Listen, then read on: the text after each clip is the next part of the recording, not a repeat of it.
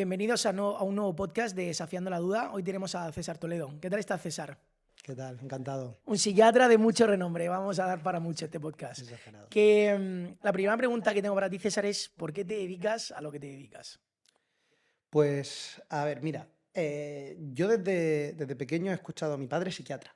Y Vale. yo desde pequeño, pues siempre he escuchado historias de él, siempre me ha estado contando en casa cuando comíamos, pues hablaba de un paciente, hablaba de este otro paciente, ¿no? Y contaba los casos clínicos y a mí pues me llamaba muchísimo la atención.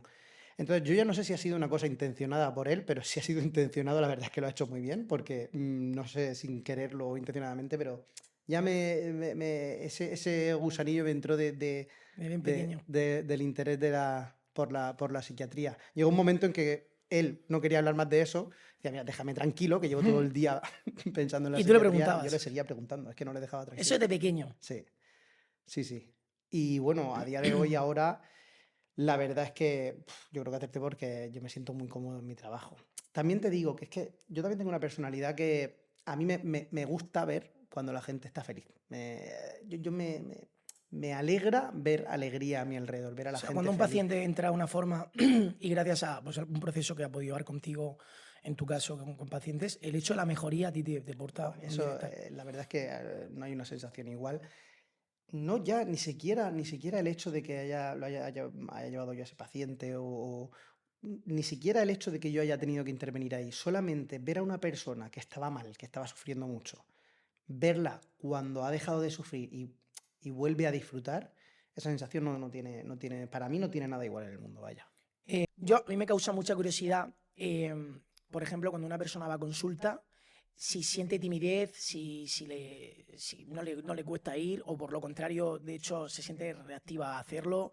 Entonces, quiero un poquito conocer cómo es tú, por ejemplo, desde tu perspectiva, o cómo tú sientes o cómo ves a los pacientes cuando van la primera vez a conocerte, por ejemplo, a consulta. Depende mucho, por ejemplo, si han estado previamente.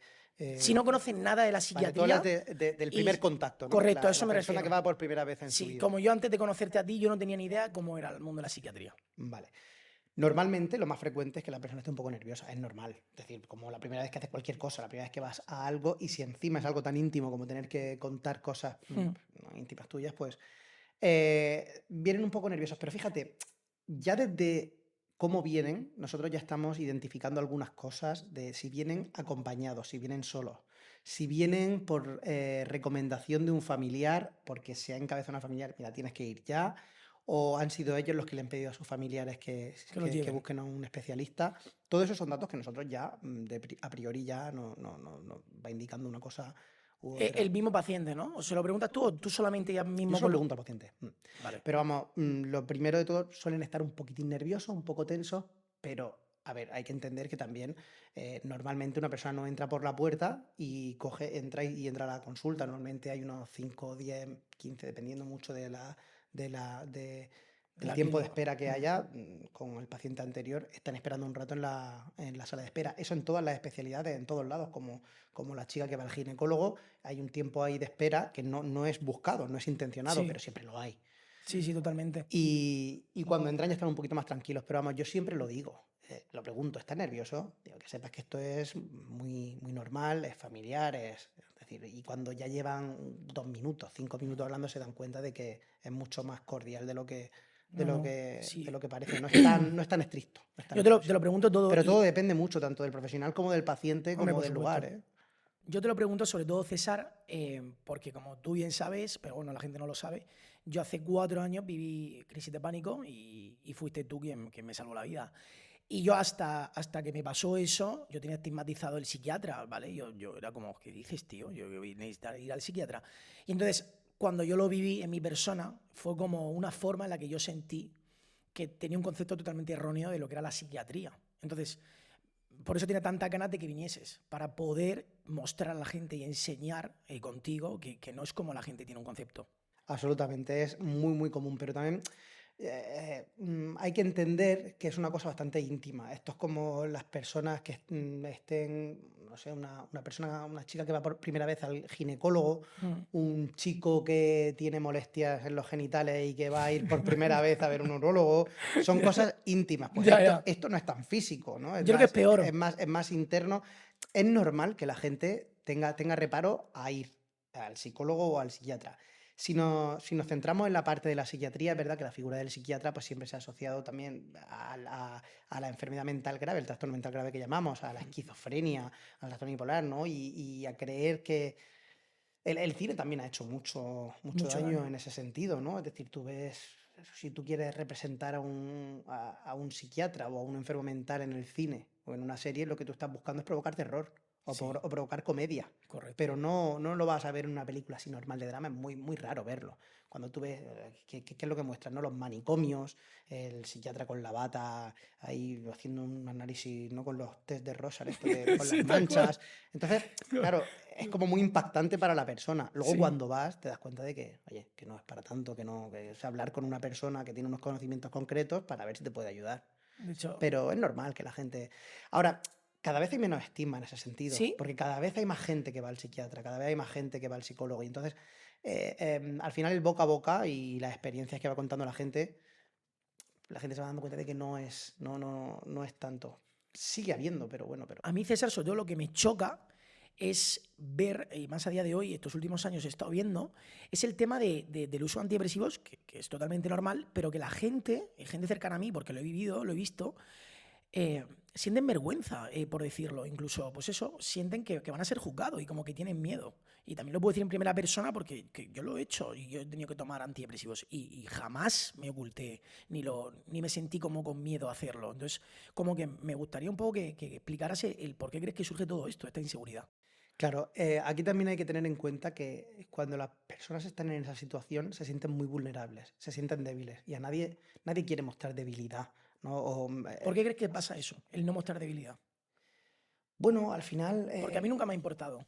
Y yo no soy inseguro en muchas facetas de mi vida. Y no sé por qué nunca me ha importado decir que he hecho X, que me equivoco en esto, que me tomo antidepresivos. Me mostré. porque hay consecuencias, eso es una realidad. Es decir, la gente de alrededor se va a comportar de forma diferente si tú estás débil. Eso es una realidad. Lo que no es real es que eso sea tan importante, porque lo importante es que tú te encuentras mal. A eso voy. Pero sí es verdad es decir, la gente se va a comportar de forma diferente y hay mucha gente que tiene miedo a mostrar esa debilidad, a decirle a los demás, yo fui débil en un momento dado, y más en la sociedad actual. Es paradójico, ¿no? Porque ahora hay mucho menos estigma que antes, Sí, pero, muchísimo más. Mucho, pero, mucho menos, perdón. pero también ahora hay, ¿no? Hay que sacar, parece que hay que sacar más pecho con todo el Instagram, con todo y tal. ¿Tú Parece crees que que las uno, redes sociales han hecho daño? A eso iba. las redes sociales han hecho daño en muchos sentidos, en muchos sentidos. Mira, un psiquiatra en Madrid, un psiquiatra infanto-juvenil muy bueno, se llama Luis Olivares, me dijo una frase que a mí me gustó muchísimo. Yo le añado una pequeña cosa, ¿no? Él decía, las redes sociales sirven para dos cosas, envidiar o dar envidia. Y es cierto, es que las redes sociales se inventaron para otra cosa. Cuando se crearon, hay una serie por ahí muy interesante, ¿no? Del dilema de las redes. Mm. Cuando se inventaron las redes sociales era para socializar, para poner en contacto gente, ¿no? Para disfrutar del contacto social con otras personas, pero se ha ido deformando ese concepto. Ahora ya no es para contactar con otra gente, hablar y compartir cosas. Ahora es para envidiar o dar envidia.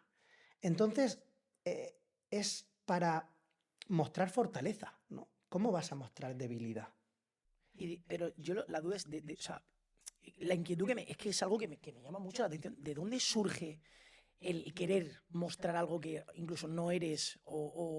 Es que es eso, creo que donde hay mayor crecimiento en una persona, y discúlpeme, pero a lo mejor no es así, o sea, el mayor crecimiento de una persona está en el disconfort, ¿no? Entonces, cuando no te va bien, cuando te equivocas, cuando te pasa algo que no le suele pasar a la gente, todo eso te va a aportar un valor extra. Hombre, por supuesto que mejor que no te pase, pero si te pasa, probablemente el aprendizaje sea mucho mayor. Bueno, probablemente Pero no, lo afirmo. te pongo un ejemplo. Sí, En una conversación, en una discusión, aquí mismo. ya sea con amigos, no, pero yo hablo de una discusión cuando uno está defendiendo una opinión y Vale, otro está debate. defendiendo otra. En un debate, exacto, eso es lo que quería decir.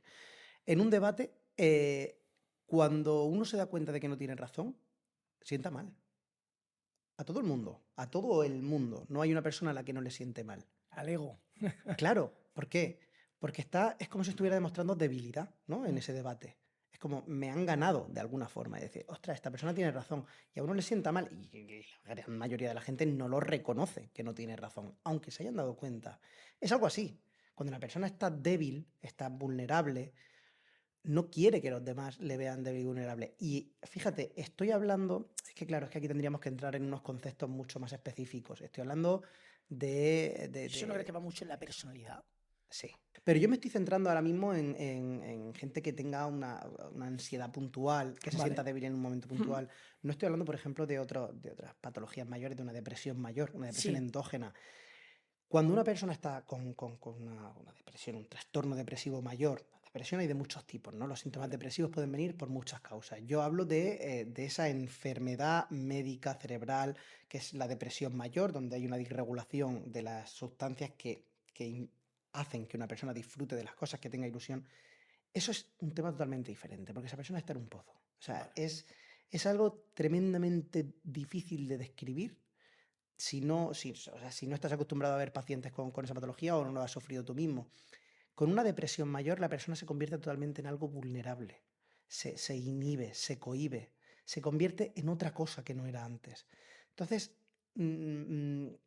incluso la falta de querer pedir ayuda muchas veces es porque se sienten culpables. Hay un sentimiento de culpabilidad que no quieren hacer a sus familiares, a sus queridos que se preocupen por ellos. ¿Y cómo crees que va todo ligado eso a las redes sociales, que es por lo que estábamos debatiendo esto? Ahí es que ahora mismo me he salido un poco, ahí ya no está tan relacionado, ahí estamos hablando de otra cosa, es decir, la Vale. persona ha cambiado, se ha convertido en algo Vale. pequeño, en algo introvertido, en algo que pone la sonrisa a los demás para que no se les note que está mal, porque no quiere preocuparlos de forma genuina, no quiere, porque se siente culpable, porque cree que todo es culpa suya, etcétera, etcétera. Bueno, pero esto estamos hablando de otra cosa. Vale. Si No, nos pero vamos- está bien saber también, ahora luego vamos a volver a ese tema, pues me parece muy interesante el tema de la depresión y que un poco lo expliques. Pero volviendo a las redes, la comparativa esa...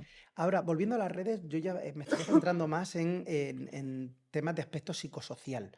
Es decir, la ansiedad en el día a día, Sí, en las inseguridades en el día a día. correcto.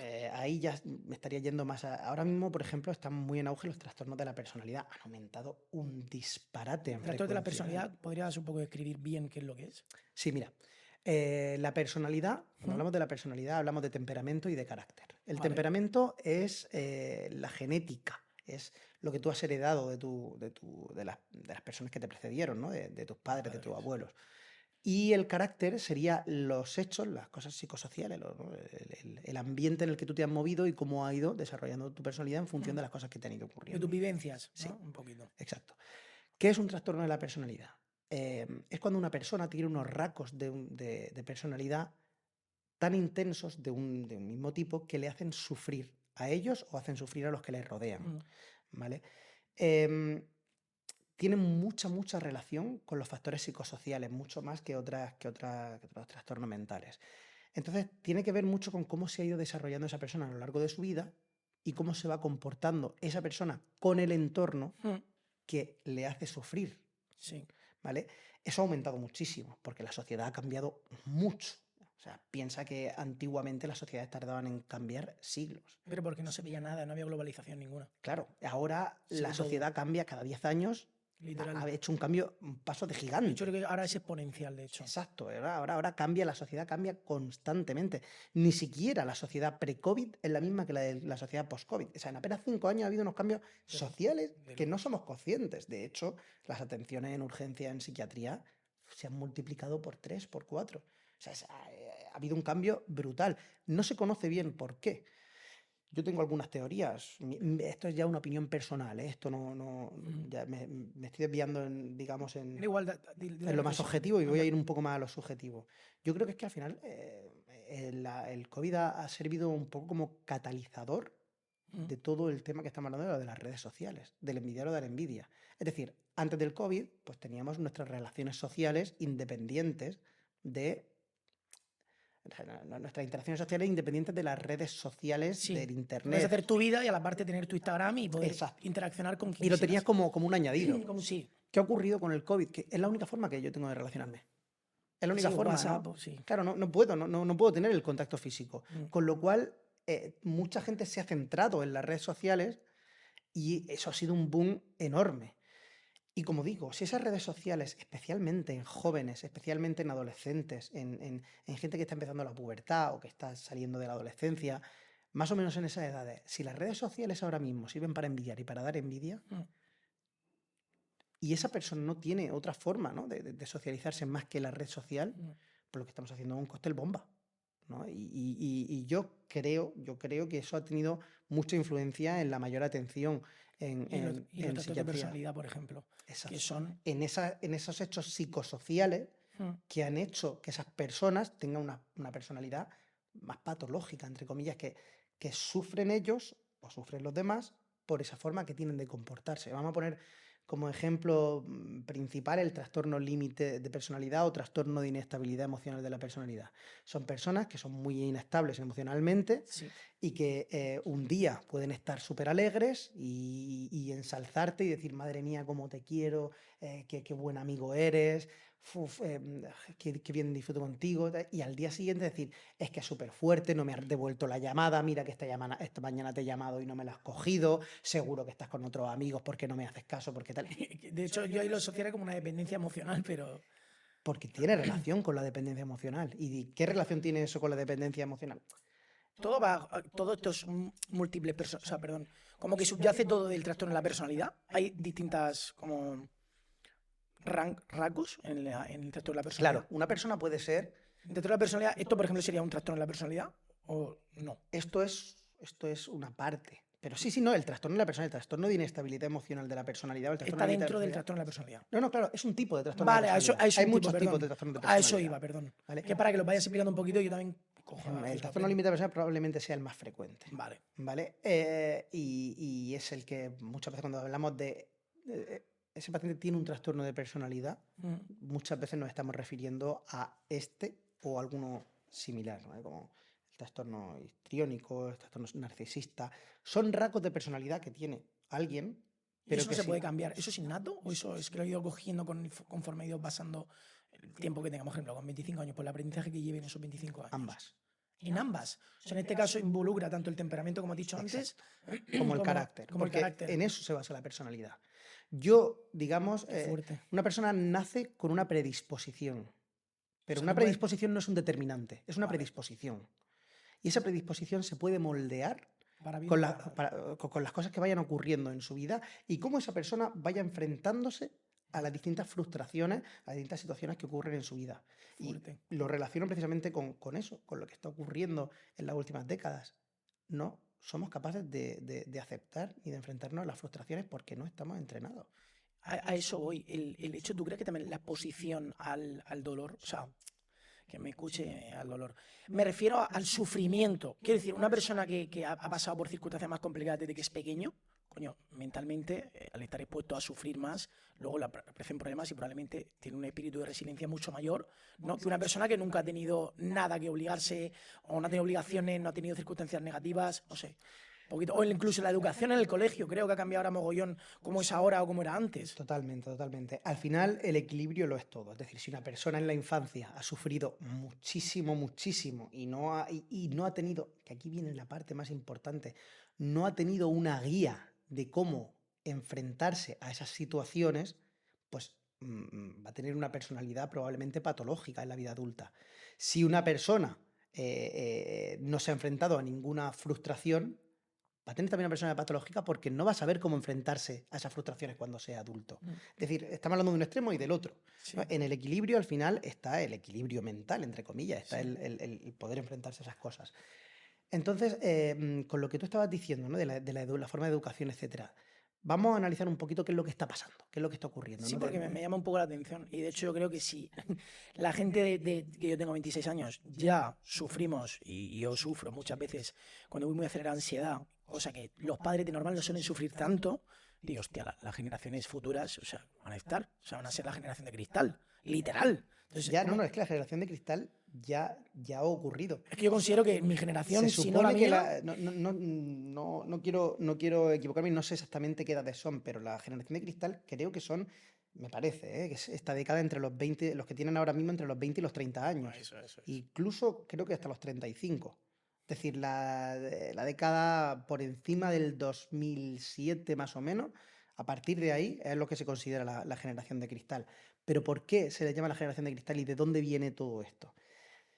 A ver, yo voy a hacer ahora mismo un análisis de hechos, no cualitativo, de si es Vale. mejor o si es peor, Mm. una cosa o la otra, ¿no? ¿Qué es lo que ha ocurrido en los últimos 60 años en la sociedad, en el mundo, ¿no? Pero especialmente en la sociedad española? Em, Tú tienes un niño que con 7 años va solo al colegio, andando por la calle, que está a 1 kilómetro del colegio, y va andando al colegio él solo. En el colegio hay un profesor que tiene que ser respetado porque además es una persona respetable, Mm. porque se comporta de una forma que infunde respeto, Autoritaria. muy autoritario, como antiguamente era muy Sí, hostia, autoritario. me dan hostias y todo. Exactamente. Entonces, y nadie le levantaba la voz a ese profesor, ¿vale? Ese profesor está siendo al final una forma de guía, entre comillas, mala o buena, ahí yo no entro, pero una forma de guía de esto es lo que tienes que hacer, ¿no? Y punto. Tiene un castigo en el que lo ponen de rodillas con los brazos en cruz, con un montón de libros, o le pegan con Con una, la regla. con la regla, Qué ¿no? mítica, a mí me la han hecho esa. A mí no, eso a mí no me llegó a ocurrir, pero vamos, pero eso es lo que pasaba antiguamente. Eh, el niño en el recreo se hace daño en las piernas, se cae al suelo, se hace sangre, yo qué sé, ¿no? Y vuelve a casa, otro kilómetro andando, con las rodillas heridas y con el profesor que le ha castigado, y luego viene encima la bronca de los padres porque el profesor le ha castigado. Vale, ahí tenemos un individuo que Mm. se forma de cierta forma. Bien, vámonos a la sociedad actual. Por supuesto, ese tipo de castigos que, insisto, una vez más, yo no voy a entrar en nada cualitativo, es mejor, es peor, no, es bastante obvio que pegarle a un niño pues, no es adecuado. No voy a entrar, no voy a entrar en esas obviedades. Pero ¿qué ocurre? Tienes un niño ahora, ¿no? Que llega al colegio, por supuesto no va a ir solo andando, porque directamente es ilegal, es decir, tiene que tener una supervisión, tiene que dejarlo en el colegio. Ya vamos a esa pequeña parte, ¿no? Es decir, el niño que ha estado yendo cuando estaba formándose su personalidad solo por la calle, no va a tener miedo a ir en un momento dado solo por la calle o cualquier cosa que mentalmente, metafóricamente se asemeje. Hacer algo por sí mismo, sin una supervisión por parte de un ser querido, por parte de alguien cerca. Aquí estamos hablando un poquito incluso de las fobias, ¿eh? Sí, De cómo sí. se generan las fobias. Vale. El niño de hoy en día, que ya lo han dejado ahí, ya no voy a entrar en el tema, ¿no? de que le va a faltar el respeto al maestro porque no hay una consecuencia directa o intensa en ese momento. No, imagínate, ¿no? que un profesor decidiera hacerlo de la cruceta con los libros. Hombre, Bueno, claro, ahora imposible. no, es imposible, porque tampoco debe ser, ¿eh? Pero bueno, insisto, no voy a entrar en temas A mí me han de lo tirado que... tiza a la cabeza, me la has esquivado, que decir, pabila, tío, yo qué sé. Pero O sea, yo no voy a entrar en lo que debe ser o lo que no debe ser. me ha cogido Pero la oreja, yo qué sé. en lo que está ocurriendo. Y lo que ocurre es que ahora ese niño va a volver a casa como tenga las rodillas llenas de heridas. Bueno, van a montar un cirio los padres. Decir, no. ¿Qué ocurre? Ese niño no está aprendiendo a superar la frustración que es tengo miedo a ir solo por la calle. No lo va a superar. No está vacunado contra ese miedo. Ese niño no va a superar el miedo a que lo castiguen o a que algo salga mal, ¿vale? Eso es súper importante, vaya. Claro. No va a superar la sensación de haberse hecho daño, de haber tenido un sufrimiento físico, del cual luego se ha recuperado. ¿Qué va a pasar cuando el primer niño se haga mayor? Va a estar acostumbrado a cosas desagradables. Y cuando algo desagradable ocurra, va a tener la vacuna puesta, va a tener ese escudo ante esa cosa, ante ese hecho desagradable. ¿Qué va a ocurrir con el niño que no le han pasado todas esas cosas? Cuando ocurra un hecho desagradable, no va a tener ni idea de cómo afrontarlo. Le va a provocar una ansiedad brutal cualquier pequeña cosa. Cuando esos vídeos que salen a veces, ¿no? En las redes sociales de que le ponen una vacuna a una persona ya adulta Sí. y madre mía, el cirio que montan, ¿no? Claro, es un ejemplo perfecto. No están vacunados. Ya, literal. No están vacunados, no han tenido la herida en las piernas en el recreo, no les han protegido de todo eso. Y eso al final luego dio a la larga. Claro. Yo creo, Vámonos al extremo opuesto, al otro extremo opuesto, ¿no? Ese niño al que no podía hacer nada mal, porque cualquier cosa que hiciera ya podía considerarse que estaba mal, que los padres lo han llevado rectísimo, que le han pegado en casa, que no podía decirle nada malo a sus padres, que sacaba una mala nota y madre mía lo que podía pasar. Estamos hablando de lo mismo. Estamos hablando de extremos, ¿eh? Sí, sí, sí. Estamos hablando de lo mismo. Estamos hablando de que esa persona probablemente o desarrolle una personalidad que tienda a las fobias también, porque tiene esa inseguridad de cualquier cosa que haga está mal, o incluso desarrolle una personalidad un poco incluso psicopática, ¿no? De decir, pues bueno, como a mí me han enseñado que la forma de relacionarme es con la violencia, con el odio y con el... Total, ¿qué más da? Si todo lo que hago está mal, pues voy a hacer lo que me dé la gana. ¿No? Es decir, fíjate que estamos hablando de lo mismo, porque al final es como, ¿no? Como si fueran los extremos de un círculo que se tocan. Sí, totalmente. Entonces, ¿dónde está la salud mental en un adulto? En alguien que se ha desarrollado de forma equilibrada, que ha tenido una guía. Eso es lo que falta mucho. Como un mentor, vaya. O sea, no un Claro, mentor en tu padre, que puede ser tu claro. mentor o quien sea. Exacto. Es decir, algo que te enseñe desde niño lo que está bien y lo que no. ¿Sabes lo, perdón, interrumpa, César, ¿sabes lo que creo que pasa mucho? Que muchos de nuestros padres, que antiguamente también pues, vienen de familias humildes, vienen de situaciones complicadas, no quieren eso para sus hijos. Entonces sobreprotegen al niño. Lo digo porque me ha pasado, por ejemplo, a mí, por ejemplo, me han sobreprotegido un poco de más. Y, coño, en algunas cosas, en otras me he dado de hostias y me ha venido muy bien. Pero es que justamente eso es lo que a mí me vino muy bien. Yo con 14 años, mi madre me obligó sí o sí a irme a vivir fuera, a Irlanda. Y yo era un niño, tío, yo no me quería ir. Tu madre te vacunó.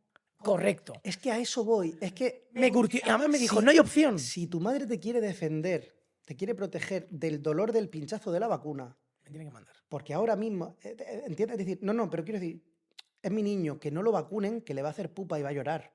Que no lo vacunen. Vale, muy bien. Estás ahora mismo tú intentando no sufrir porque no vacunen a tu niño, pero el día de mañana va a tener una enfermedad por la cual no se ha vacunado. ¿Me explico? Es parecido, todo esto es parecido, ¿no? Pero pasa también en el otro extremo, ¿eh? En el otro extremo. Es decir, tu madre ahí lo hizo muy bien. Te está vacunando. En ese momento no lo ves. En ese momento dices, tú sufres. Es como me has hecho esto. Incluso traicionado te puedes llegar a sentir. Claro. Pero pasa también lo contrario. Es decir, no nos podemos centrar solamente en una parte. No es que ahora toda la sociedad está sobreprotegida. No. También está al otro lado. Es decir, yo no le hago caso a mi hijo, no estoy pendiente de sus emociones, no estoy pendiente de sus miedos, de sus agobios. Entonces, ese niño se tiene que formar solo. Y encima con un móvil, que seguramente lo tenga. Pero y ese niño tiene que aprender a afrontar la vida solo.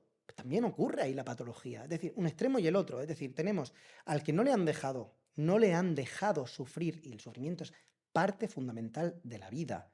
Y cuando le toque sufrir no va a saber cómo manejarlo. Pero tenemos también el otro extremo. La persona que se ha pasado todo el tiempo sufriendo y por tanto el mundo es un lugar o sea, que tú hostil. ¿Crees que mucha gente que tiende a tener ansiedad, porque hay casos que obviamente, como has dicho, en la personalidad está la parte de temperamento y de carácter, el temperamento, ¿no? Que es lo que lo forja. Permíteme un inciso, hay un montonazo un montón de otras cosas que influyen. Sí, por supuesto. Yo me estoy centrando en lo más llamativo. Sí. Me refiero, por ejemplo, a una persona, no estoy hablando de una esquizofrenia y tal, que obviamente supongo que será hereditario o tendrá pronto. Bueno, eso ya viene en etiología, otro tipo de Yo me refiero al tema de la ansiedad y la depresión, que sí que son más causas probablemente que vengan de un previo de tu vida que no hayas... También incluso en esas patologías también depende, pero entiendo lo que quieres decir. Vale, pero ¿tú crees que ligado a lo que estás diciendo a día de hoy, también, o sea, por ejemplo, en la sociedad actual del siglo XXI, la ansiedad, la depresión... Especialmente la ansiedad.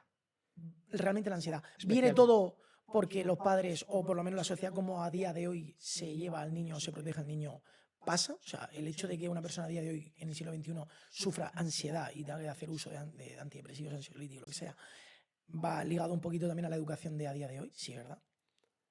Pero no nos centremos solamente en la parte de que se sobreprotege, porque eso no es todos los casos. Hay algunos que se sobreprotegen. Vale. Y todo lo contrario. Entonces, y todo lo contrario. Un niño fíjate, mira, voy a explicarte. Hay una cosa que se llama el círculo de seguridad. Esto lo potenciaban muchísimo. Yo estuve en Melbourne, en Australia, formándome durante unos meses en psiquiatría perinatal, que bueno, realmente se centra en otras cosas, pero con una psiquiatra que se centraba a las personas que habían tenido problemas emocionales en su vida y que no querían pasarle esa carga a sus hijos, explicarles cómo no pasar esa carga.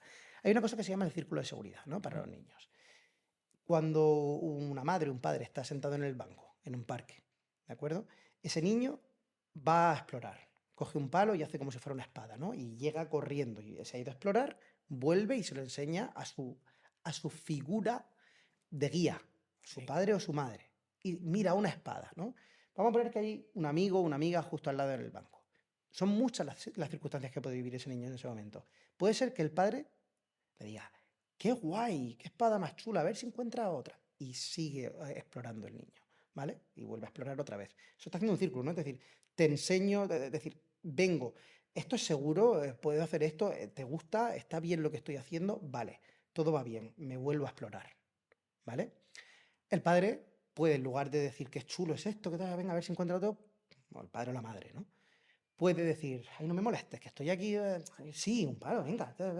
Claro, el niño, ¿no? Ahí hay una, bueno, no le están haciendo caso, no le están, no están diciendo, qué Prestando bien. la atención, sí. Exacto. Como Bueno, validando, pues ¿no? Lo que nada. tiene, sí. Exacto, no están validando, ¿no? Esto tiene que ver todo mucho con las teorías del apego, ¿eh? Que no es donde se centra mi trabajo, pero bueno, ya que estamos hablando de todo esto, y el niño se va otra vez. Mm, puede ocurrir también, voy a ir a los dos extremos, voy a dejarme los intermedios. El niño se va y está jugando y está escalando, ¿no? O se cae en un momento dado y se hace daño. ¡Ay, mi niño! Lo cogen, es mi niño, madre mía, que se ha caído, madre mía, ¿no? Sí, sí, que Vale, totalmente me la veo, ¿qué además. mensaje le están mandando de forma subliminal a ese niño? El mundo es un lugar peligroso, tengo que estar cerca de mamá para protegerme. Ya, pero un día mamá no estará. Un día eres adulto y no está mamá. Y ahí vas a tener el problema. Porque mamá no está. Y el mundo no funciona así. Mamá no siempre está. Tú le estás mandando el mensaje a ese niño de cada vez que tengas un problema, mamá va a estar. ¿Vale? Vamos a irnos al extremo opuesto. ¿Vale? El niño está por ahí jugando y tú ni lo miras. Estás hablando con la persona que tiene, que no le haces ni puñetero caso. El niño no tiene tampoco la seguridad de decir, tengo a alguien que me protege. Y eso tampoco está bien. Es que ni un extremo ni el otro. ¿Entiendes? En cualquiera de esos dos casos es cuando puede venir la ansiedad en la edad adulta y pueden venir los problemas que es lo ideal, ¿no? Le haces caso al niño, es decir, le estimulas a seguir explorando. Tú tienes un ojo encima, pero tú no le haces ver al niño que tú estás pendiente. Le estás enseñando que el mundo es un lugar para explorar y que no debe de tener miedo. Pero si se cae en un momento dado, ay, que venga, ya está, no pasa nada. Mira, si está, no ha pasado nada, venga, sigue jugando. Entonces, le estás dando seguridad al niño, pero tampoco lo estás sobreprotegiendo, ¿entiendes? Sí, no me parece mal. Joder, Me es estoy que. centrando en una parte No, no, muy... pero es que todo eso, tío, hace como es una persona. Y la Claro, vida adulta, luego hay muchos adultos que son claro. niños. ¿Y qué está ocurriendo en la sociedad ahora mismo? De hecho, Ocurren muchas cosas, ¿no? Están pasando muchísimas cosas al mismo tiempo.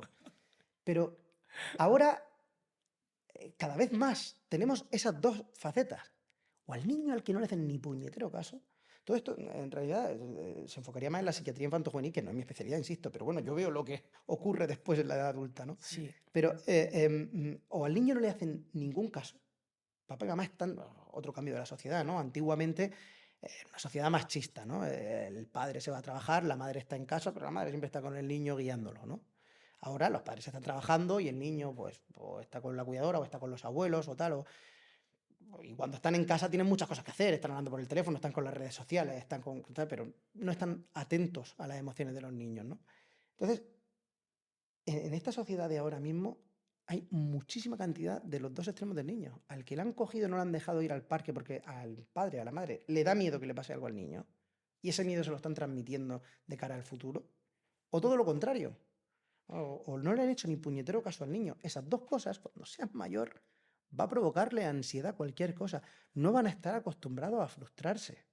No van a estar acostumbrados a que a la tercera vez que te he dicho que apagues la Play y no la has apagado, te la has desenchufado de la pared.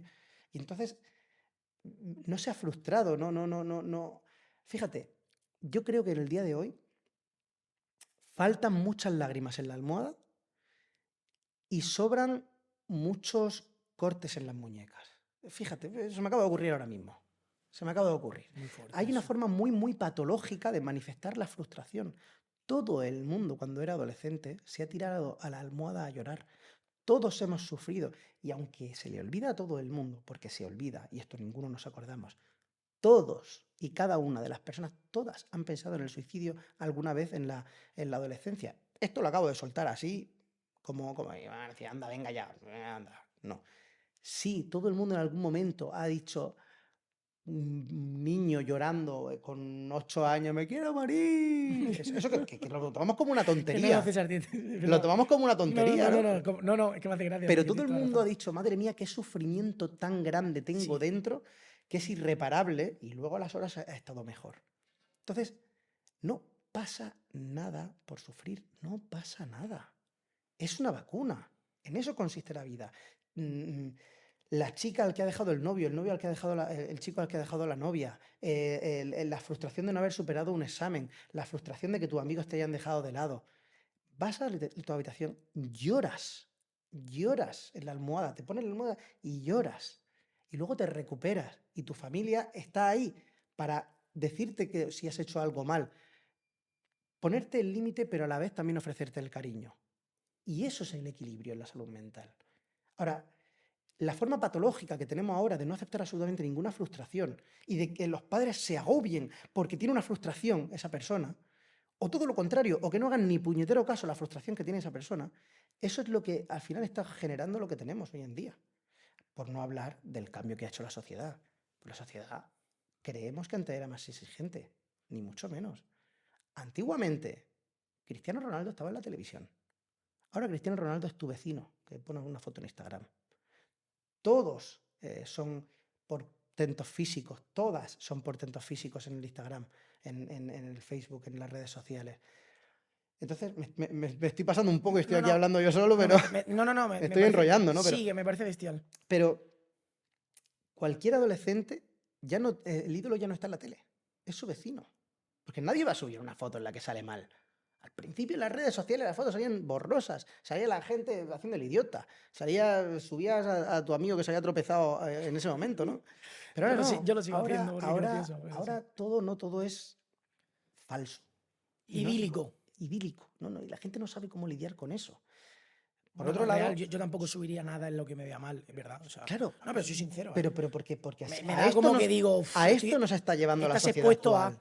Y como que te da vergüenza. Es una sociedad hiperexigente en cuanto a lo que tú tienes que demostrar. Y realmente insegura, porque solo muestra lo bueno, entonces es una persona insegura, ¿no? Exacto, eso cuando hace, ¿no? Tú ves a un influencer, tú lo ves en directo y estás comiendo en la mesa del lado y es como, ¿no? Y perdón. Y ¿se oye bien el micrófono? ¿Ves cómo hace así, no? Y tú ves la sonrisa ahí. Y tiene una cara y luego le cambia todo. Sí, ¿sabes? sí. ¿No? Es decir, cuando está mirando la foto ya se le ha ido la sonrisa. Literal. La sonrisa para la foto. No la tiene total. Después. Fíjate, esto también yo lo relaciono también con el cambio de valores en la sociedad. Si te das cuenta, ¿quiénes eran los ídolos de antes? Vamos a irnos al fútbol, por ejemplo. Raúl González y Puyol. Vamos a ir en Madrid. Raúl González y Puyol. Sí. Educados, medidos en sus comentarios. Los que separaban a los otros futbolistas para que no se peleen. Siempre, ¿eh? Los que se daban la mano, los respetuosos con el rival. ¿Quiénes han sido los ídolos de las últimas 2 décadas? Voy a quitar a Messi porque Messi realmente habla con los pies, pero realmente a la hora de hablar pues nunca ha sido muy polémico. Vamos a centrarnos en Real Madrid y Barcelona, ¿no? Cristiano Ronaldo y Piqué. Sí. ¿Qué valores tienen? Yo soy el más rico, el más guapo y los demás son todos, ¿no? Yo tengo la razón siempre, no me equivoco, yo no tengo que pedir disculpas, yo me tiro para aparentar que me han hecho una falta, ¿no? Sí. Es decir, son otros valores totalmente diferentes. Son unos valores mucho más agresivos y la sociedad ahora es más agresiva. Tienes que demostrar. Entonces, es un cóctel bomba, son muchos factores. Tenemos una sociedad mucho menos resiliente, con menor capacidad de gestar las frustraciones, ¿vale? Una sociedad que nos dice que tenemos que ser perfectos, a personas que no saben cómo manejar ni siquiera la imperfección. Sí, es contradictorio, básicamente. Claro. Y unos ídolos que son, bueno, que hay una crisis de valores también. Entonces, todo se interrelaciona, todo es un mecanismo enorme. ¿Y qué está ocurriendo? Que que nos piden a los profesionales de la salud mental que nosotros demos una respuesta que no podemos dar. Nosotros tenemos las herramientas que tenemos. Pero esto depende de la sociedad, depende no sé. Y si, por ejemplo, una persona, esto para una pauta, por ejemplo, para gente que nos escuche y nos vea, para aprender y que ellos puedan poner incluso gente que esté pasando por una época de ansiedad, depresión, me da igual, lo que sea. Incluso quiera acudir a un especialista, ¿vale? Ujú. Y acude un tío con una crisis generalizada de, pues, como cuando yo vine, ¿vale? Yo tuve ataques de pánico. Yo te dije, ¿qué tengo que hacer para recuperarme? Yo voy a hacer todo, por mi parte, para mejorar. Y tú me dijiste una serie de pautas. Entonces, me gustaría que plasmaras un poco qué pautas, obviamente, lo que tú has dicho antes del podcast, que cada persona es un mundo, cada situación es un mundo, y no quiere decir, hay muchos tipos de grises, como has dicho. En mi caso, yo apliqué todo lo que tú me dijiste y mejoré. Mejoré. Pero que no es como la gente se cree que me tomo una pastillita y mejoro, ¿vale? Yo me tomo antidepresivos. Si me tomo antidepresivos, desde que me dio esa crisis de pánico. Pero yo he puesto el trabajo en otras facetas, como son en la personalidad, con una psicóloga, esforzándome en situaciones incómodas a hacerlas, porque dentro de la incomodidad también viene ese crecimiento y Claro, esa es la mejoría. frustración, es el Entonces, entrenamiento a la frustración. efectivamente, bueno, frustración, en mi caso son miedos que te bloquean y te paralizan, pero que es miedo, no es más que otra cosa. Es tremendamente importante identificar en qué caso hay que hacer cada cosa, porque si nos equivocamos Ya. podemos estar O sea, haciendo que no hay una pauta real de cómo... Es que podemos hacer mucho daño. Vale. Una No, persona, te preguntaba por por intentar... ejemplo, una persona con una depresión mayor endógena no puede. No puede. O sea, no es. Y una vez No lo empieza... intenta lo suficiente. No lo sé. No es, no quiere, no es, no se ha entrenado. No.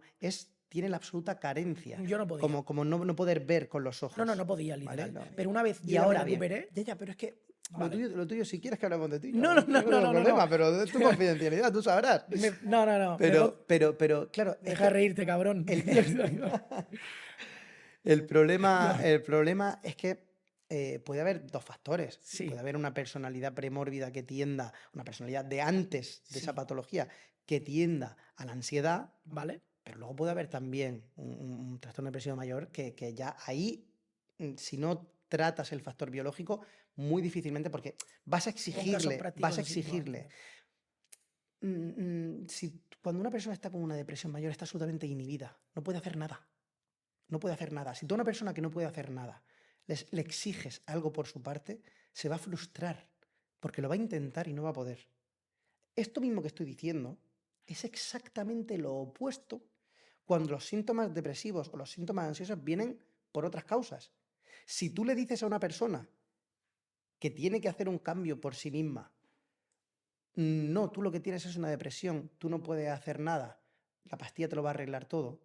Esa persona, lo primero, esa persona la medicación no le puede ayudar un poco, pero no le va a arreglar.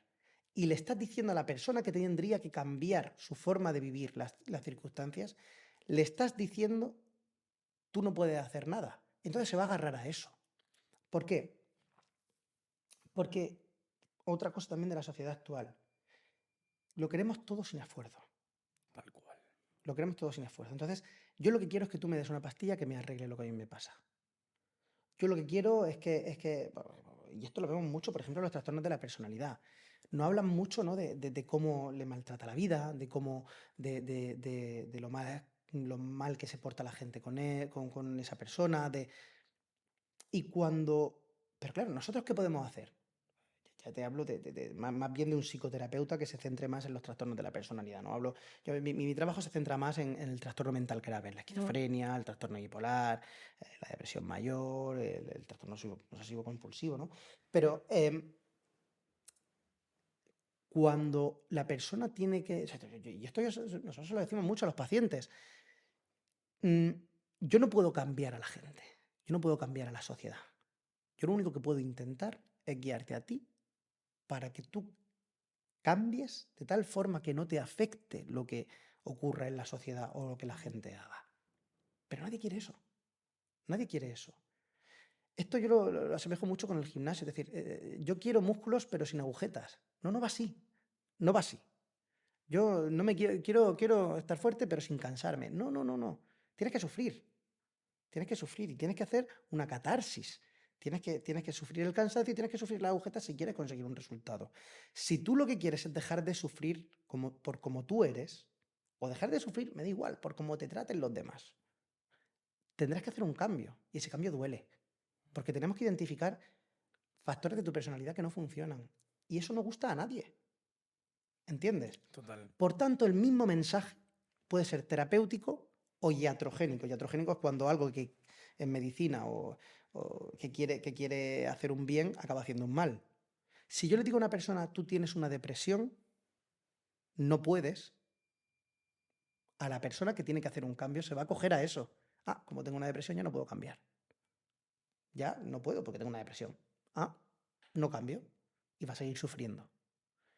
Si tú a la persona que tienes una depresión le dices, no, mira, tienes que cambiar, esa persona no puede. Va a frustrarse, lo va a ostras, entonces, además se culpan mucho. O sea, que es culpa mía. Encima es culpa, o sea, ¿entiendes? Sí. O sea, que entonces hay que identificar muy bien y el diagnóstico tiene que ser fino. No, pero es bestial la aclaración ahora mismo que acabas de hacer, ¿eh? Te lo prometo. Es como has puesto el ejemplo de los extremos de los niños, acabas de hacer una comparativa parecida. Claro que si no hay un diagnóstico certero, No, el pero es muy bueno tratamiento lo que has no- dicho. Justamente es a donde yo quería llegar con el tema de lo que has dicho de la exposición al dolor, entiéndeme. Exacto. Al sufrimiento. A la un poquito. frustración. Como no toleramos las frustraciones, una frustración es decir, no tolerar las frustraciones. Digo, oye, mira, es que a lo mejor eres muy sensible y te afectan demasiado las cosas. Le dices eso a la persona, pues no. No lo aceptan, no lo aceptan, ¿entiendes? Quieren ir ahí y que tú te ocupes de su malestar. No va así. O sea, incluso, insisto, hablo de determinadas patologías. Sí, No va así. totalmente. Yo te puedo ayudar, te puedo echar una mano, te puedo guiar, pero si tú no haces ese esfuerzo, el cambio no va a venir. Pero esto yo creo que es como un Todo lo trabajo. contrario en una depresión mayor, donde hay una disregulación del sistema serotoninérgico, que tiene una enfermedad en la que no funciona el sistema biológico que le permite ser feliz, no funciona. Fíjate, lo que estamos hablando es de identificar cuándo la farmacología es la base del tratamiento y la psicoterapia es el apoyo, Mm. y cuándo la psicoterapia es la base del tratamiento y la farmacología es el apoyo. Cualquier intento, cualquier creencia de que una de las dos esferas lo abarca todo es hacerle daño al paciente. Si yo intento tratarlo todo solo con psicoterapia, voy a provocarle sufrimiento a mucha gente. Si yo intento tratarlo todo a base de pastillas, voy a provocarle sufrimiento a mucha gente. Para que la gente lo entienda, ¿no? En la psicoterapia te refieres pues, a un psicólogo, ¿no? Y por tu parte, en este caso, tomar medicación. Que es muy guay porque... No, ahí no sería psicoterapia, ahí estaríamos hablando, por ejemplo, de farmacoterapia. Sí, farmacoterapia, perdón. Pues es que hace unas semanas vino un atleta profesional de CrossFit y justamente decía eso, que como que le producía rechazo tomar pastillas, pero que el psicólogo encima estudió psicología y como que yo le dije, tío, creo que en esta vida al final unas cosas te dan como un pequeño propulsor, en este caso pues los fármacos, y ya luego todo lo que te genere ese propulsor depende ya de ti. Entonces Claro, es muy guay como en el acabas de equilibrio, describir. está todo, en el equilibrio está todo, pero también hay casos extremos. Si es que hay gente que necesita, bueno, exclusivamente no, todos los estudios lo dicen, el mejor tratamiento es el tratamiento combinado. Está más que estudiado. El tratamiento combinado de farmacología y psicoterapia, los dos juntos, es lo que mejor funciona. Mm. Ahora bien, que hay casos que necesitan no exclusivos, se podría decir incluso exclusivamente, pero bueno, vamos a decir sobre todo psicoterapia y que los fármacos le pueden ayudar. Y que hay casos que necesitan sobre todo fármacos y que la psicoterapia, eso es innegable. Y si lo negamos, le hacemos daño al paciente. Sí. Porque hay gente, vamos a ver, ¿verdad que si tú tienes una diabetes, no te va a venir nadie a decir, oye, mira, haz unos ejercicios para apretar bien el páncreas que produzcan la insulina? ¿Verdad que no? No. Pues Pues- eso puede ocurrir también en el cerebro y puede ocurrir con las emociones.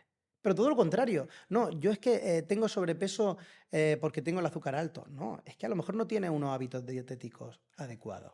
Hay que identificar bien el caso, porque si nos volvemos talibanes con uno de los temas, Sí. estamos obviando la otra parte. Anárquico, vaya. ¿Entiendes lo que te quiero No, decir? pero a la perfección. Entonces, el caso que me comentabas, claro, habría que determinar si ese caso, es decir, ¿se puede mejorar sin tomar medicación? Sí, se puede mejorar. ¿Se puede resolver? Depende del caso. ¿Se puede mejorar sin psicoterapia? Sí, se puede mejorar, dependiendo del caso. ¿Se puede resolver sin psicoterapia? En muchos casos que no. Qué fuerte. Y el deporte Claro, como ves? por ejemplo, lo que tú me cuentas, ¿no? Pues tu caso sería un mixto, ¿no? Claro, es que también existen los puntos intermedios, pero no todos son puntos intermedios. No, Eso yo es de lo hecho antes importante. de estar contigo, yo, joder, hice iba al psicólogo, hacía deporte, me cuidaba, madrugaba, hacía meditación, lo hacía todo. Me daba exposición al solar y decía, es que lo hago todo y no sé qué me pasa. Además, una sensación de me sentía hasta mal. Dice, hostia, que lo tengo todo y ¿por qué tengo este drama, tío?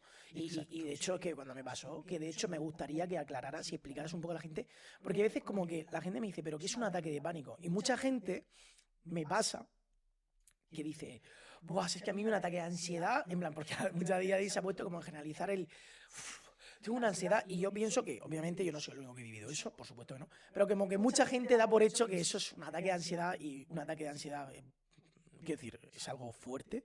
Y me gustaría tú que explicaras un poquito, aunque tú no lo has podido vivir, lo que es, cómo te describe el paciente un ataque de pánico. ¿Cómo podías tú describirlo de la mejor forma posible sin haberlo tú vivido? Los libros le dan una definición. En la definición hay una parte que es muy, muy ejemplificante, porque los libros están hechos a partir de la clínica, ¿no? Sí. Y es que es de verdad lo que sienten los pacientes. Sensación inevitable de muerte inminente.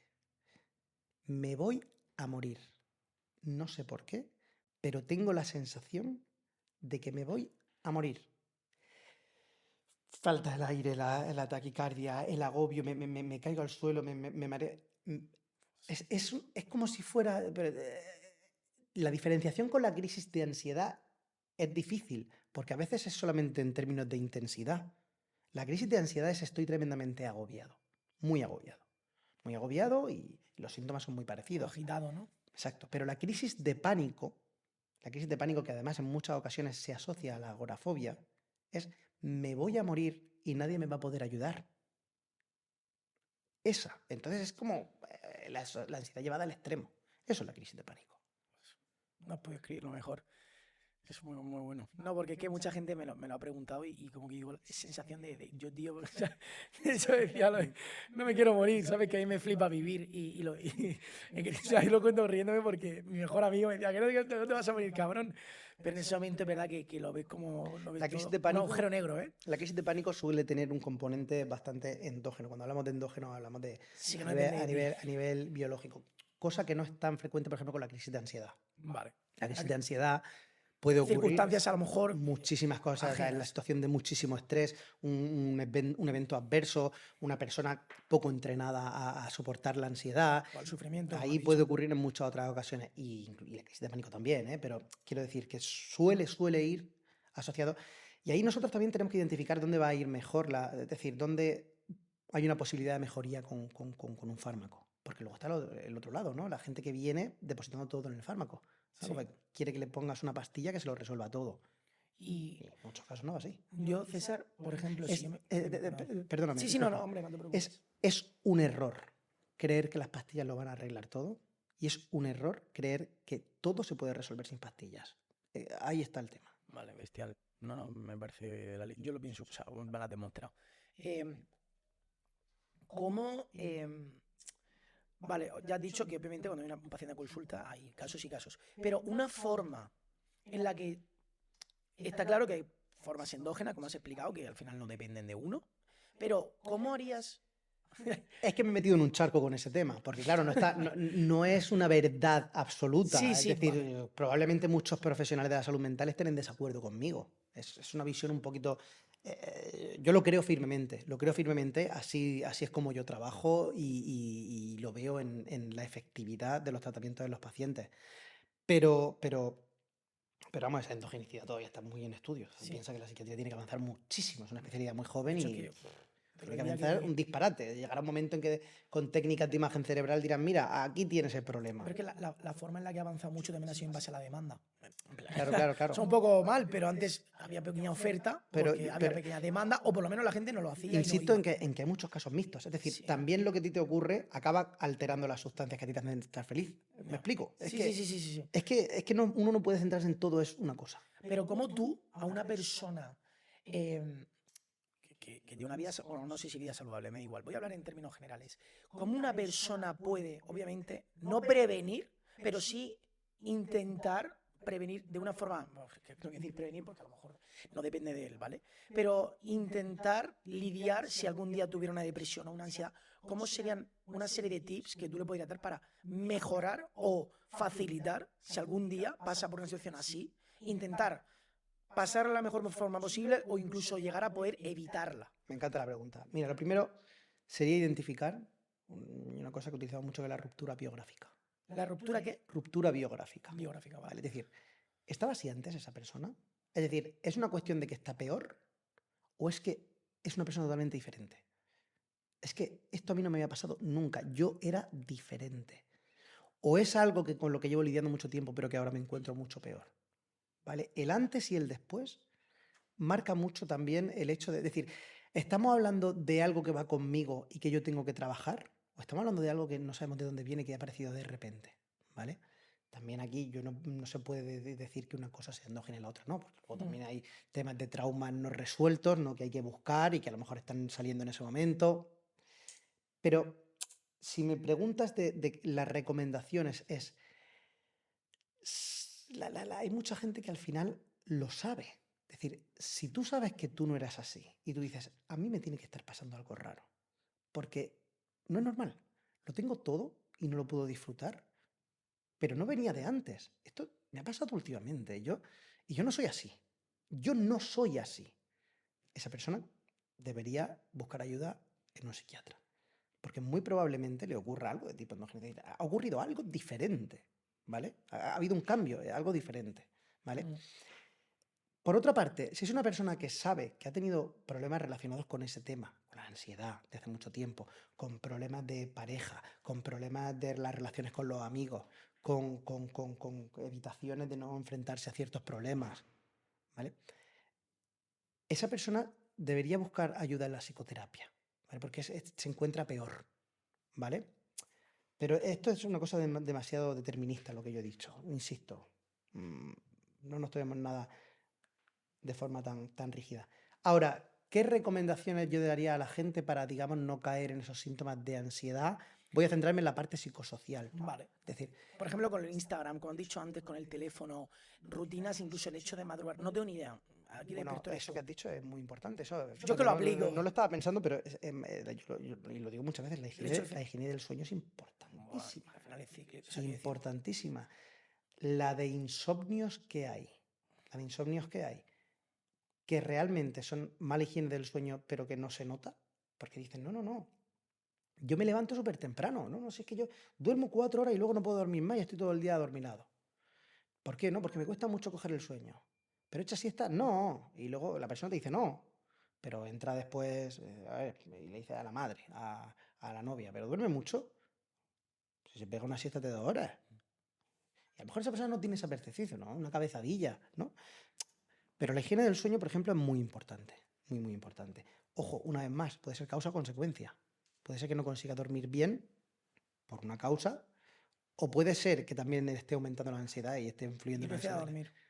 Claro, es que puede haber de todo. Pero sin perder el punto del que te he dicho. Pero mira, una vida estructurada en las personas que tienen ansiedad, insisto, ansiedad de tipo psicosocial, el no saber cómo enfrentarse a las situaciones, el últimamente me agobio más, ¿vale? Una vida estructurada, una rutina, un orden, un saber a dónde vas, un marcarse objetivos, ¿no? Estoy en la carrera y tengo exámenes. Una tolerancia, un saber tolerar el malestar. Es decir, lo que te voy a decir es una cosa muy rara. No sufrir tanto por sufrir. ¿Entiendes? Es decir, aceptar que también hay sufrimiento. Aceptar esa ansiedad de los exámenes. Tengo un examen, madre mía, me da tanta ansiedad que no voy a ir. No, ve. Y no pasa nada. Es que, madre mía, me he hecho a llorar porque creo que no me sé la lección. No pasa nada. Llora, recupérate y sigue estudiando. Sí, se sufre, claro que se sufre, claro que se tiene ansiedad, claro que sí, pero no pasa nada. No hay que evitarlo, eso. ¿Me explico? Es decir, Sí, total. sin dramatizar, pero sin estigmatizar. ¿Me explico? Y luego, en cuanto a evitar episodios depresivos, eso es más complicado. Eso estamos hablando ya de otros muchos factores que intervienen, ¿no?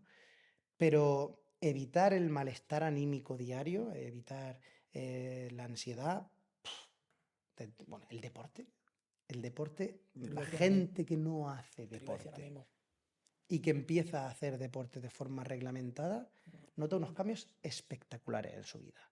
Te iba a hacer una pregunta y antes que se me olvide. Es que lo vi hace no mucho y yo lo digo, pero no lo sé. Y quiero que si no es así me lo corrijas porque tú lo vas a saber mejor que nadie. En la dopamina, ¿no? Que es algo que tú generas en tu cerebro, ¿no? Me explicaba como que todos tenemos una base de dopamina y que pues hay, no sé, pues por ejemplo sustancias como puede ser drogas, pues el azúcar, me da igual, que te dan un pico de dopamina. Ujú. Y entonces si tu dopamina de normal es esta base, sube. Pero igual que sube, como es inmediato, porque es un chute de dopamina cortoplacista, baja y como que tu nivel de manera progresiva va bajando. Entonces vas a necesitar siempre como más de esa sustancia para que la dopamina aumente. Sin embargo, Estás hablando ahora mismo de la cocaína, fíjate. sí, De la adicción a la cocaína, acabas de describirlo. y ahora hay otra forma, y ya te dejo, que es el deporte, el madrugar, el comer bien, que hace que esa dopamina, también el nivel de dopamina tuya, como que la base, como que tu base de dopamina aumente, entonces tú ya de normal, Claro. aunque no hagas nada extraordinario, estás más feliz. Eh, ¿Eso es real? ¿Eso es así? Sí, no tan, Sí y no no. tan específicamente con la dopamina, porque son muchas Ya lo sé. sustancias. Bueno, he dicho en mi caso Estamos, dopamina. tú imagínate, ¿no? El cerebro es complejísimo. No, por eso te preguntaba a ti. Complejísimo. O sea, estamos hablando de que una misma sustancia, vamos a pensar que es una llave, Sí. puede abrir miles de cerraduras distintas. Y es la misma llave. Y tenemos miles de llaves y miles de cerraduras. O sea, no es solamente una sustancia. Dopamina, serotonina, noradrenalina, no son solamente esas. Es que encima esas son un poquito diferentes según qué tipo de dopamina. Y van a un receptor diferente. Es decir, un receptor en este sitio del cerebro hace, el mismo receptor hace una cosa y en este otro hace otra. Es decir, son, imagínate, miles de combinaciones diferentes, ¿no?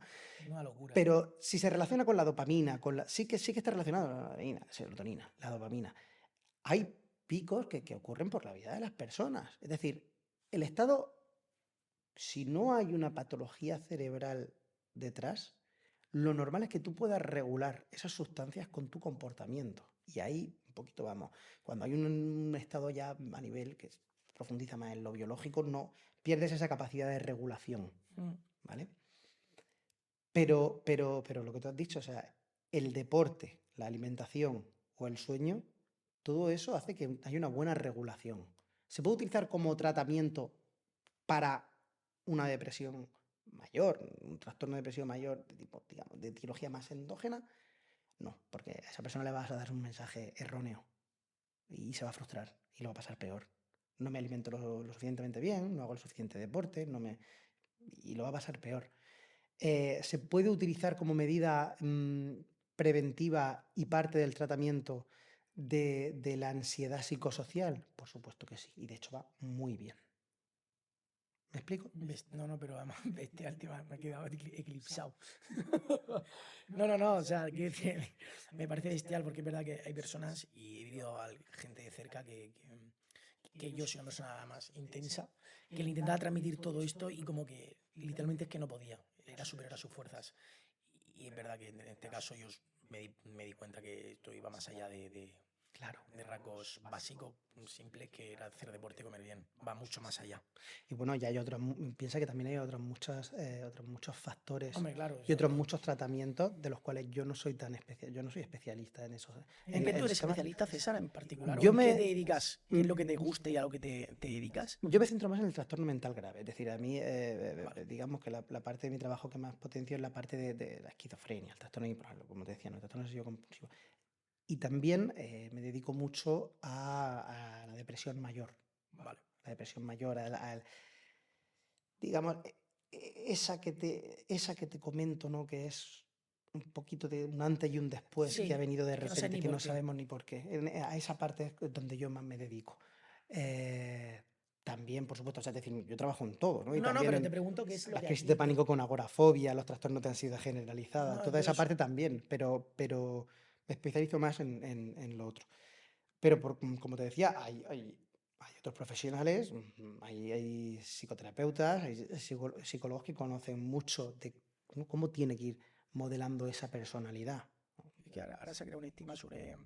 Se ha hecho virales varias personas que dicen eso, que la depresión es un mito, que todo depende del deporte.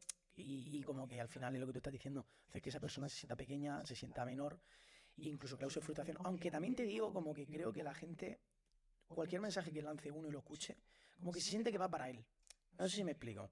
Yo puedo tener en contra algo de algo en particular y aunque esa persona tenga ese pensamiento y yo no, no quiere decir que esté en contra de esa persona. No sé si me explico un poquito. No te consigo entender. Vale. A ver, reformulo. Por ejemplo, yo puedo decir que el deporte es salud y que necesitas hacer deporte para estar mejor, ¿vale? Y puedes no pensar que hacer deporte para ti es lo mejor y no por eso quiere decir que yo esté en contra de lo que tú piensas. ¿Me Claro, explico? exactamente, sí, ahora sí. Sí, exactamente. Sí, si es que al final cada persona es un mundo. Si es que estamos diciendo generalidades para cosas, algo que no es general, que es el ser humano. Es tremendamente específico cada persona, es un mundo entero. Entonces, hay que tener en cuenta que lo que estamos utilizando son generalidades, ¿no? Y una persona que nos escuche puede decir, pues yo no estoy de acuerdo con eso, claro, pero es que a lo mejor estamos hablando de otro tema o de otra situación específica. ¿Me explico? Vale. Yo, la pregunta con la que me gustaría, la verdad, concluir la velada tan maravillosa contigo, César, es ¿qué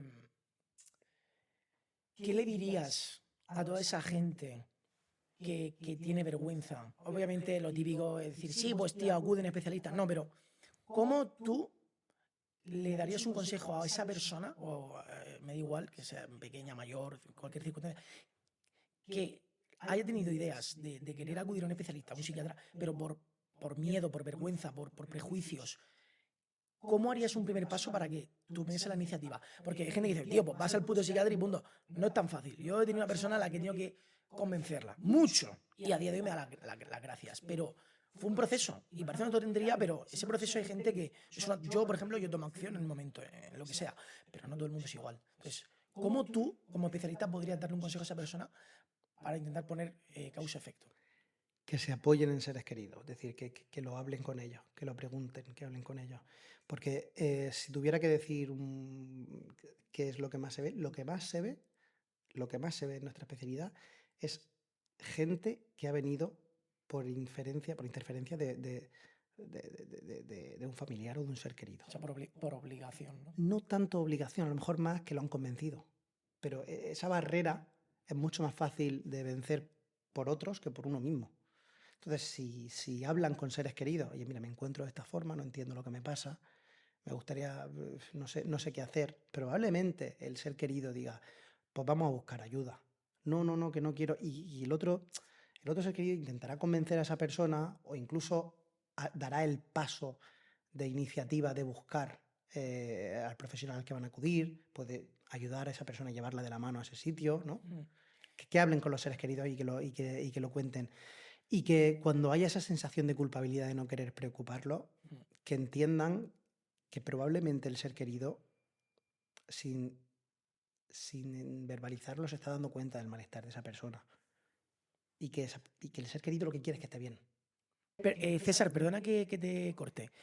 Tengo bueno, antes ya de terminar y concluir totalmente el podcast, esto es algo que está, joder, me alarmó y me pareció para preguntártelo. ¿Por qué crees que se debe esta subida o este aumento de las tasas de suicidio de manera significativa? Porque, o sea, que me parece porque no tengo ni idea si antes sí o antes no. Lo que sí sé es que ahora es algo que a mí me impacta muchísimo y ojalá pudiera yo ayudar a alguien o a quien fuera Han que fuese. aumentado en frecuencia muchísimo, pero muchísimo. Tanto los suicidios en sí como los intentos de suicidio. Em, yo creo que tiene relación con todo lo que hemos estado hablando En todo, ¿no? todo este tiempo. Está relacionado con todo. Está relacionado también es decir, hay factores que escapan totalmente a la salud mental. Totalmente. Estamos hablando de factores sociales. Estamos hablando de factores educacionales. Estamos hablando de esa vacuna. De esa vacuna que hemos hablado al principio. La gente no está vacunada frente al sufrimiento. Gestión emocional. No está vacunada frente al sufrimiento. Si yo no he sufrido el rechazo nunca en mi infancia, si yo no he sufrido el mal de amores en la infancia, si a mí no me han explicado que el sufrimiento forma parte de la vida, yo no voy a ser capaz de enfrentarme a ese sufrimiento. Entonces, esa persona, claro, esto no hay que equivocarse. Entonces estás diciendo que es que la gente es débil y por eso decían, no. Ojo, no. Estamos hablando de que queremos levantar una tonelada, pero nunca hemos hecho ejercicio, nunca hemos levantado pesas. ¿Entiendes? Sí. Y esto es un problema social, es un problema estructural. Em, por más, por más medidas que se pongan del tipo de más psicólogos, más psiquiatras, sí, hacen falta muchos, y hacen falta muchos, eso es así, ¿eh? Además, la demanda es cada vez mayor. Pero si no hay un cambio en el origen, nosotros, los profesionales de la salud mental, podemos hacer hasta donde podemos hacer. Sí, totalmente. Pero nosotros no podemos cambiar la sociedad que Me un vivimos. tío con 40 años, tú no lo puedes cambiar todas las viviendas hasta entonces. No, y su gestión emocional no hablo todo, solo de eso. ese aprendizaje Es que ha que llevado. yo no puedo cambiar esta sociedad. Yo puedo intentar guiar a la persona a cómo adaptarse a esta sociedad, pero yo no puedo cambiar el origen de esa persona. Yo no puedo cambiar la educación. Yo no puedo cambiar el cómo funciona la sociedad, el cómo queremos evitar cualquier cosa que provoque sufrimiento, en los reality shows que muestran personas perfectas y le mandan ese mensaje a la persona. Hay muchos factores que son exclusivamente sociales, donde el profesional de la salud mental no puede entrar. Nosotros no podemos cambiar la sociedad. No podemos cambiar que a una persona le ha dejado una pareja y no es capaz de superar esa ruptura. No podemos cambiar que hay personas que quieren quitarse la vida porque han suspendido el examen. Por favor, que no se entienda como algo frívolo. No estoy en absoluto tomándolo como algo cómico. Todo lo contrario, es dramático. No te puedes hacer ni idea la cantidad de pacientes que vemos en urgencias con intentos de suicidio o con ideas de suicidio por asuntos que a ti ahora mismo te pueden parecer banales, pero que para esa persona es un mundo. Porque no quiere ir al colegio, porque ha suspendido un examen. Claro, hay mucho detrás, ¿no? Es decir, hay que buscar qué es lo que hay detrás. ¿Por qué esa persona no quiere ir al colegio? ¿Qué está pasando ahí? ¿No? Hay muchos factores. Pero rupturas de pareja, peleas con los padres, frustraciones que la persona a lo mejor, estamos hablando principalmente de jóvenes, que también en adultos, pero en jóvenes entre los 12 años y los 20 años, eso ha aumentado de una forma exponencial, bárbara. Porque, y claro, cuando empiezas a rascar y te das cuenta de dónde viene, separaciones de los padres, muchas situaciones que el profesional no puede cambiarlas.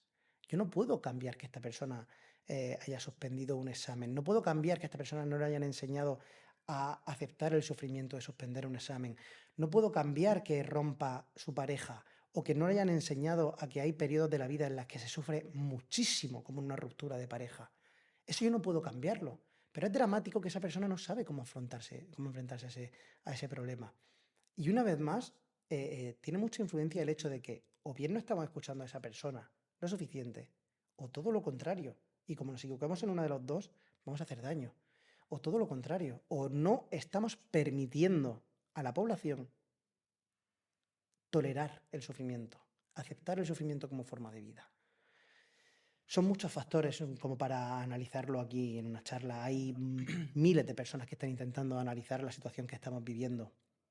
Pero te digo que los motivos que vemos en urgencias, esto es un hecho, esto es un dato, esto no es una frivolización del motivo por el que vienen. No, por supuesto que no. Los motivos que vemos, no te pueden ni imaginar lo cotidianos que son, que para ti no tienen la intensidad suficiente como para querer quitarte la vida, como el hecho de que te hayan quitado el móvil.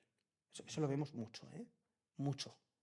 Es decir, no sé, las frustraciones de la vida cotidiana están provocando. Ahora, me estoy centrando solamente en una parte de la población. Sí, totalmente. Por supuesto, es decir, no estoy hablando de otras muchas personas que tienen ideas de suicidio diarias, pero que tienen también que ver, por ejemplo, con los trastornos de inestabilidad emocional de la personalidad. Es frecuentísimo. Las ideas de suicidio son nucleares en ese tipo de trastorno de personalidad. Son inestables emocionalmente, no saben cómo gestionar esas emociones. Y claro, muchas veces dicen, ya, pero es que he ido a 10 psicólogos y solamente hablan conmigo y me intentan, ya, pero si tú no coges esas estrategias, si no hay una catarsis desde dentro. Sí, como has dicho antes previamente en el podcast. También hay una influencia muy grande de la sociedad en la que el sufrimiento se está entendiendo también como una forma de vida. Es decir, ¿cómo explicarlo?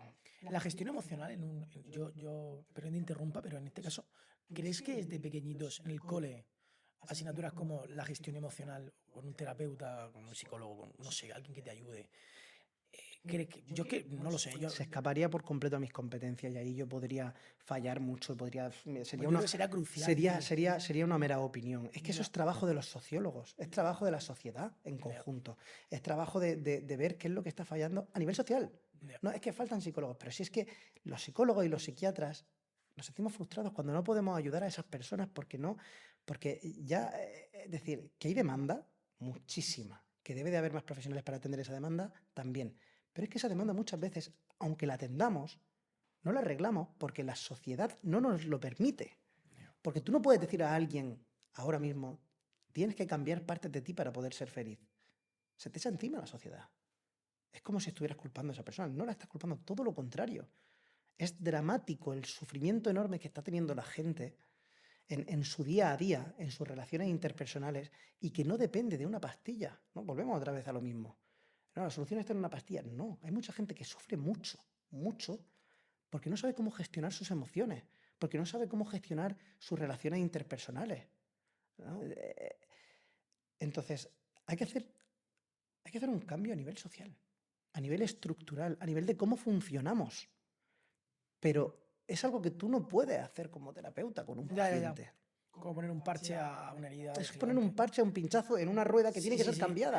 Correcto. Es decir, sí, No depende de ti, sino del camino por donde ha ido el coche. O sea, exacto, y eso Tú puedes parchear, pero tú no puedes eso hacer depende magia. de la sociedad. La sociedad no está vacunando. La sociedad no está vacunando a sus integrantes. No los está vacunando. Y nos estamos encontrando el suicidio solamente o los intentos de suicidio es esa enfermedad para la cual no se han vacunado.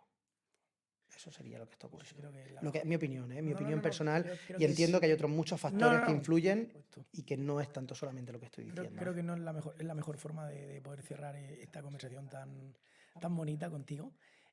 Muchísimas gracias, César, por venir al podcast y tomarte Muchas gracias a ti, Juan, por una hora por haberme invitado y por haberme ratazo escuchado. conmigo. Muchas gracias. Ya nos iremos viendo por ahí. Sí, en las calles, En no las en las calles, clínicas, cabrón. con una caña.